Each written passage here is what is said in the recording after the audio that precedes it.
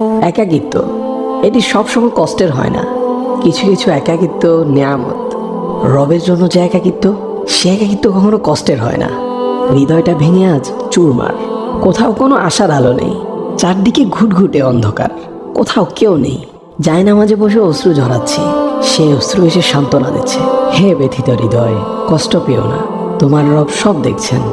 মনের ভিতর জমিয়ে রাখা এক সমুদ্র পরিমাণ কষ্ট, যা কেউ কোনোদিন বুঝেনি, বোঝার চেষ্টাও করেনি। সে কষ্টের কথা তোমার রব তো জানেন। তিনি তোমার সহায় হয়েছেন বলেই তো তোমায় একাকিত্ব দিয়েছেন, যাতে তোমার কষ্টের কথা তোমার রবের কাছে বলে হালকা হতে পারো, তোমার দুশ্চিন্তার কথা রবকে বলে নিশ্চিন্ত হতে পারো।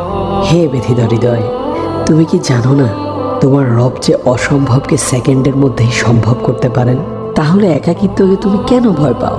যে একাকিত্ব তোমায় বারবার রবের দিকে নিয়ে যায়, রবকে স্মরণ করিয়ে দেয়।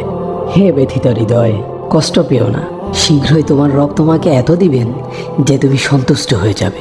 কি আমানিল্লাহ, আবারও আমাদের একতরফা কথা হবে নতুন কোনো ভিডিওতে। ভালো থাকবেন। আসসালামু আলাইকুম রহমতুল্লাহ।